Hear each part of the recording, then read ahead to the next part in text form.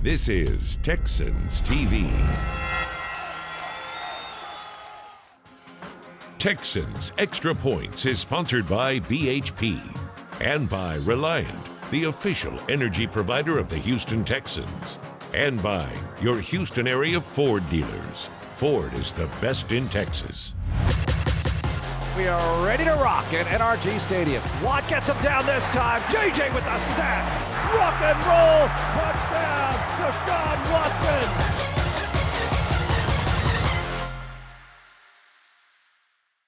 It's great to be with you. This is Texans Extra Points. My name's Drew Dougherty. I'm your host, and it's the bye week. No games for the Texans this week, so instead of doing our normal setup, we're going to mix things up. We've got Rhett Lewis, as well as James Palmer, both those guys from the NFL Network joining us, as well as, well, John Harris. He's from HoustonTexans.com, Texans Radio, and Texans TV. It's going to be a fun one, but we start this show like we always do with the Red Diamond Iced Tea Quick Hits. And there's lots going on in the world as far as trade rumors with the Houston Texans. And while Romeo Crennel is the interim head coach, he says he does not want to move any current players. But he's also realistic as the situation unfolds. Like I told the players, I'm trying to win games and I'm not trying to trade players, you know. And so I want to keep as many good players as I can. Now, I know the record doesn't say that we're very good, and we are what the record says we are, but we do have some talent, and I think other teams realize that, and they would like to get their hands on it. But most of the time in this situation, they're offering peanuts and not offering legitimate trade value. And the trade deadline is Tuesday, November 3rd. Meanwhile, the Texans coaching staff has to look at what has been working, what's not been working, and they've got to fix things. It's all part of the self-scouting process, according to Crennel. We'll be looking at self-scout, trying to evaluate what has happened so far, why it's happened, what we can do to improve going down the stretch. But improvement not just coming from the coaches. The players know that they've got to step up and do things better than they have through the first part of the season. Safety Michael Thomas, a veteran in this league, explained that there's no moping and there's no feeling sorry for themselves. What you tell yourself, what you tell those younger players, what you tell, the rest of the team and the vets is, man, this is what have you done for me lately, league? And they are going to be evaluating every single thing about this team moving forward for the rest of the season, about every single player. And so for a young guy, especially a rookie who's never been through this before, understand this. Nah, this is not, the season's over with. Let me just, take it in. No. Understand this. They are evaluating how do you react now. So that's a little news of the week in Houston Texans land. And look who we have with us now. It's one of our good friends from the NFL Network. It's James Palmer. James, always great to see you. You cover the game, the league as a whole. But you've got a little bit of a background here in Houston. And let's just start with the times we're in. It's very, very odd for the Houston Texans right now, isn't it? It is, Drew. It's not what anybody really saw coming, and I've talked to a lot of players in that locker room over the last couple of weeks about what's transpired and what's gone down after, Bill O'Brien got relieved of his duties, and so many guys said, we have talent here, right? We have a roster that we believe could be potentially a playoff team. You have one of the most elected players in all of football playing the quarterback spot in Deshaun Watson, but something really wasn't coming together. And now you have to regroup. You have an interim general manager. You're going to have a search for new leadership at that spot as well as the head coach. And I think the way this season comes out, it doesn't really play out the way a lot of teams that are in this position in the league in years past have been in, because you don't tank, you don't have a first or second round pick. So you go out and you try to put your best foot forward and then try to regroup. But the interesting part about it will be the salary cap that the Texans have, where the salary cap will be with the pandemic, and will it go up? Will it stay the same? Will it drop just a little bit?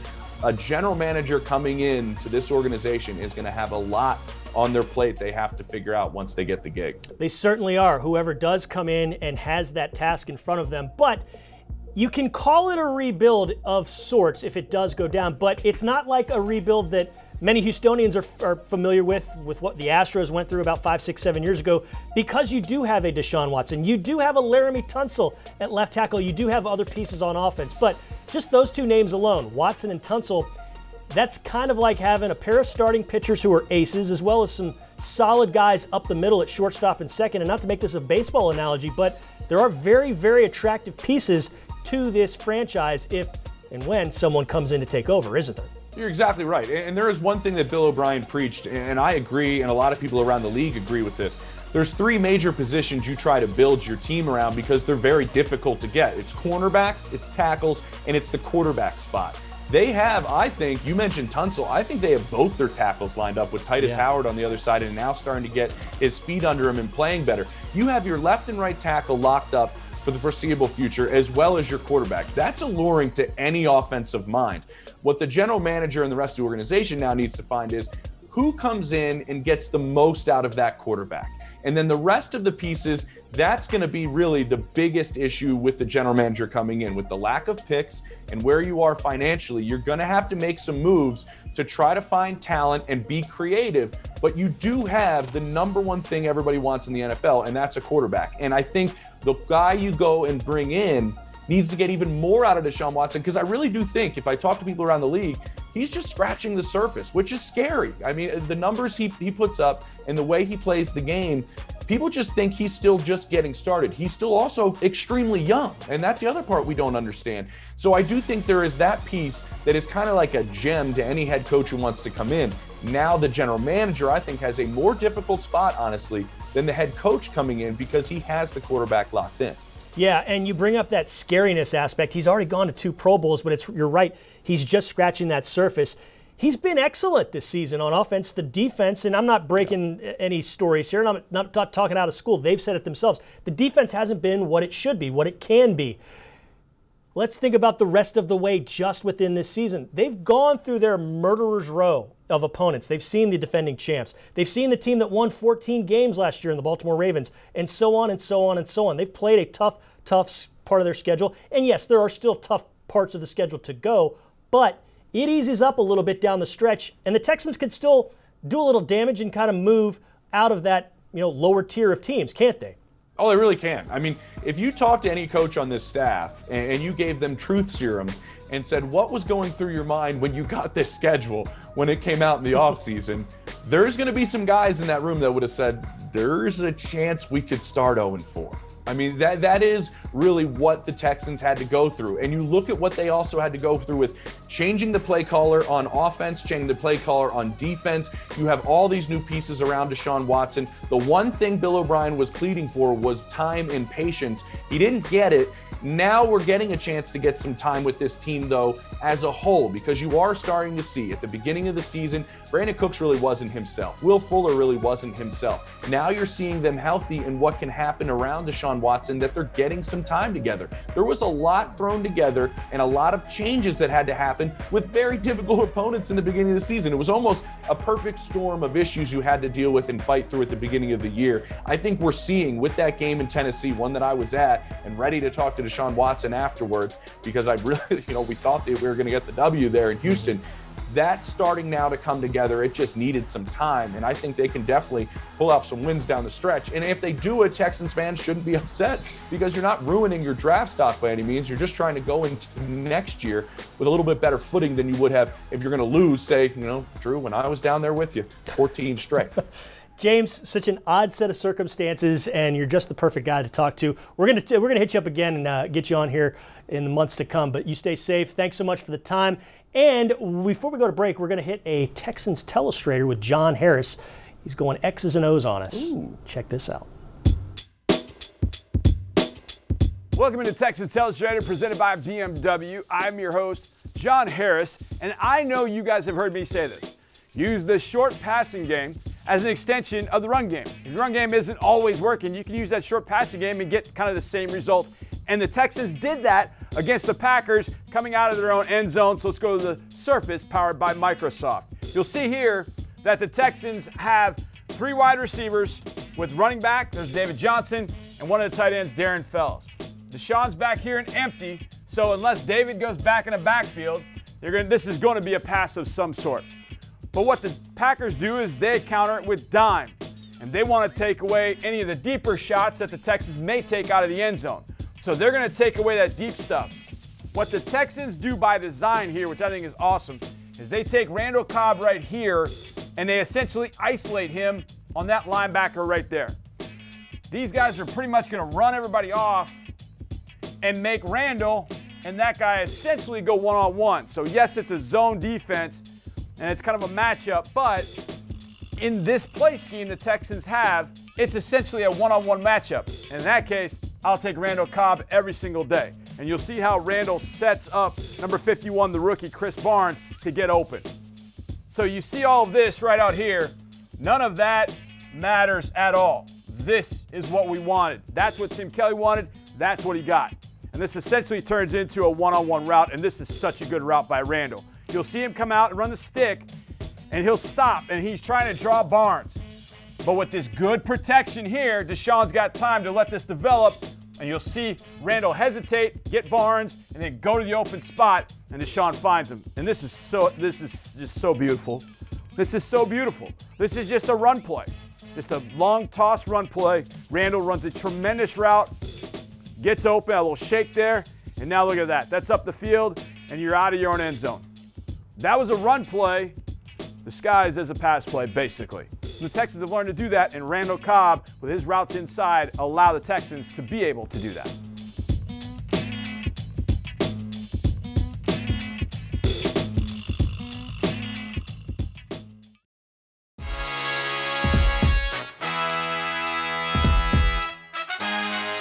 Everybody loves Next Gen Stats, powered by AWS. And look at that, Deshaun Watson. He could throw the football, can't he?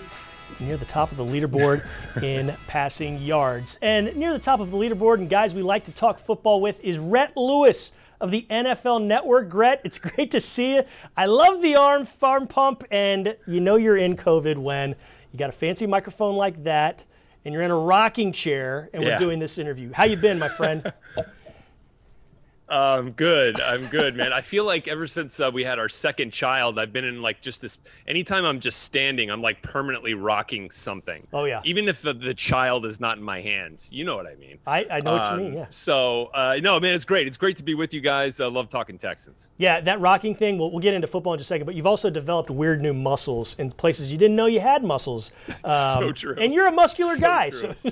So let's talk about the Texans. They need to muscle up as this season progresses, but long-term after that, there's a lot of question marks. New GM, new head coach coming down the line. What does interim head coach Romeo Crennel and the rest of his staff do with the rest of the season? When you look at this franchise, how surprising is it that they've gotten to this point when you look back to where they were in maybe August, July, before everything started?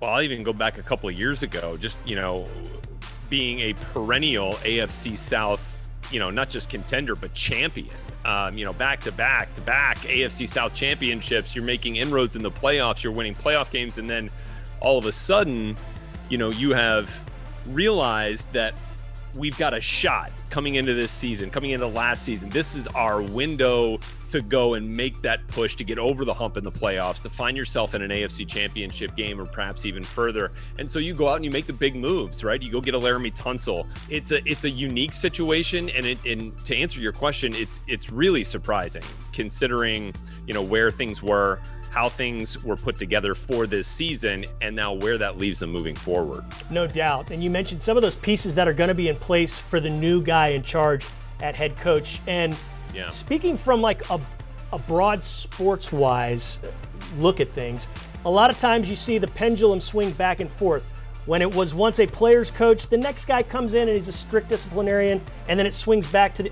Where do you see that going in terms of, we know what Bill O'Brien was, but do you see kind of a more player's coach coming into the fold once the Texans do in fact make that move? Right.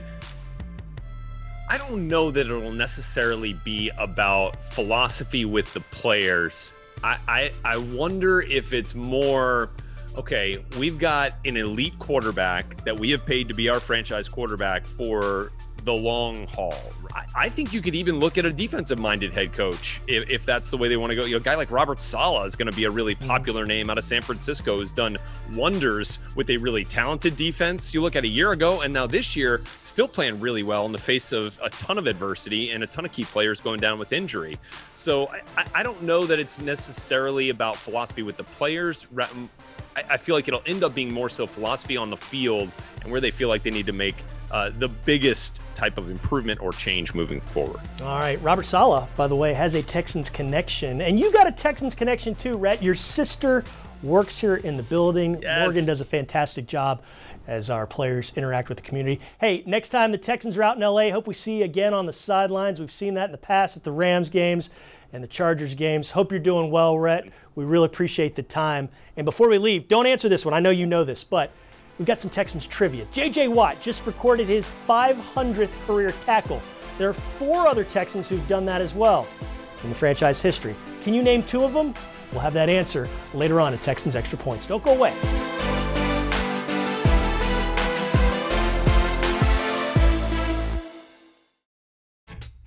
Deshaun takes the snap, and he fires to the goal line, and caught by Fuller. Is it enough for the TD? Yes, he did. Will Fuller just got across the goal line.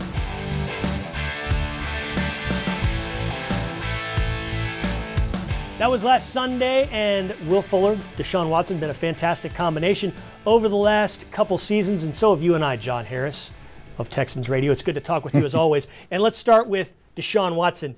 He's been excellent so far this weekend, and it's weird to say that even though his team has just 1 win against the 6 losses, isn't it? Yeah, it is really weird when you see the different metrics and where he lands in some of those metrics. It's pretty amazing to think the team is 1-6, and you know, look, they can get this thing turned around, and they're going to get it turned around, Drew, with tremendous play and leadership from number 4.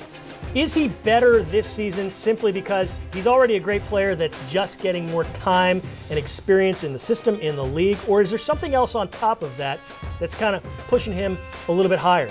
Well, I think there are 2 things. Number 1, I think his throwing acumen from the pocket has really improved. But I think also, too, his understanding of defenses, the game's slowing down. I talked to quarterback's coach, TJ Yates, about that, and he played in the NFL. And I said, TJ, is that a valid thing, the game's slowing down? He said, yeah, it's not quite as everybody thinks it is, but the decision-making becomes just rote memory. It just happens because you're so used to doing it. And in essence, the game does slow down. So I think Deshaun's throwing acumen from the pocket has improved, and the game has slowed down to allow Deshaun to make much better decisions than he was making even years prior. Hey, earlier in the week on Twitter, we asked you, the fan, hey, who's your Texan to watch for the final 9 games? Now, we're going to get to that in just a moment, but I'm going to give you yours or give you mine in just a moment. We start with John Harris. John, who's your Texan to watch for the last 9 games of 2020? Well, I picked Lonnie Johnson. Look, it's really easy to say Laramie Tunsil or Deshaun Watson or Will Fuller, because those are all guys we love to watch play, right?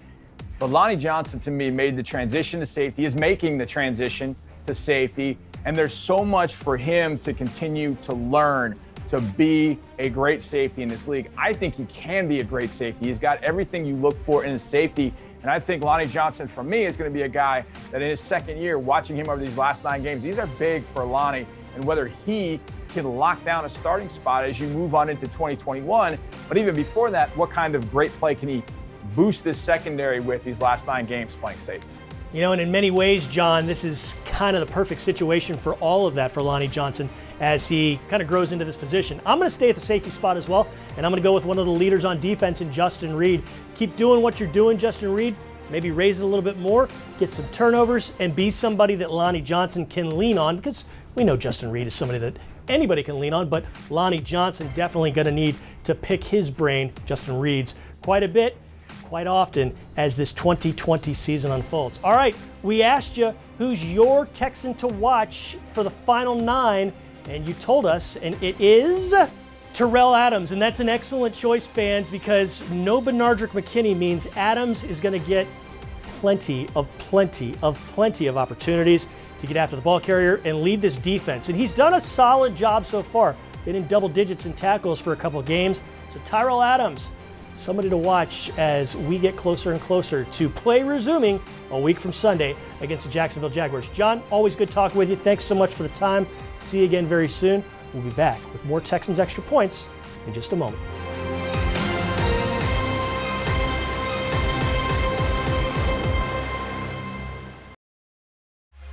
Texans Extra Points has been sponsored by BHP and by Reliant, the official energy provider of the Houston Texans, by Amagi Bank, official business bank of the Houston Texans.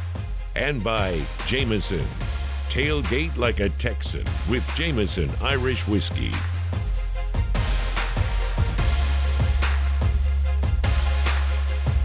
Coming at you from the Ford Studios, this is Texans Extra Points, one final segment. Drew Dougherty, and earlier in the show, we had the Texans trivia question about J.J. Watt. He just recorded his 500th career tackle, and he's one of 5 Houston Texans to do so in franchise history. We asked you to name 2 of the other 4, and if you had D'Amico Ryans, Brian Cushing, Jonathan Joseph, and Kareem Jackson, not necessarily in that order, but if you had 2 of those 4, we're all 4, way to go, because they are the other members of the 500 Tackle Club for your favorite football team. All right, we've got to get into the FCCU keys to the second half and keys to the bye week for your Houston Texans. And the number one thing is self-scout and find what's worked and find what doesn't work and get rid of that stuff, because the Texans have got to use this time wisely. Romeo Crennel and his staff, hey, they've seen a lot of football. They've been through this before. They know what works, they know what doesn't, and hopefully they find a few more nuggets as this week unfolds. The second part, well, when they get back to work, they got to get a little bit healthier. They got to get Jordan Akins back, they got to get Bradley Roby back,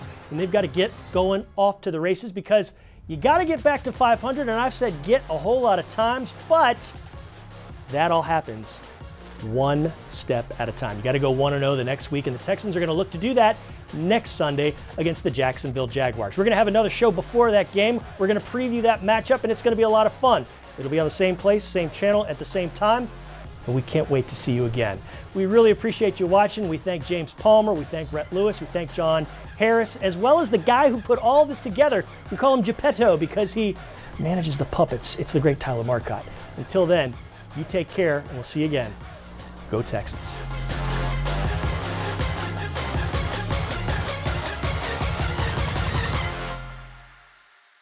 Thanks for watching. Subscribe to our channel and ring the bell to know when we post new content.